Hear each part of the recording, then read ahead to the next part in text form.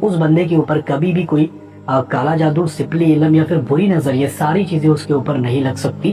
اور اس کے بعد میں اگر کوئی قرض میں گھر چکا ہے تو اس کو ڈیلی پڑھا کرے، انشاءاللہ تعالیٰ اس کا قرض بھی ادا ہو جائے گا۔ تو آپ اس کو ضرور پڑھ کے دیکھو، بہت ہی مفید عمل ہے۔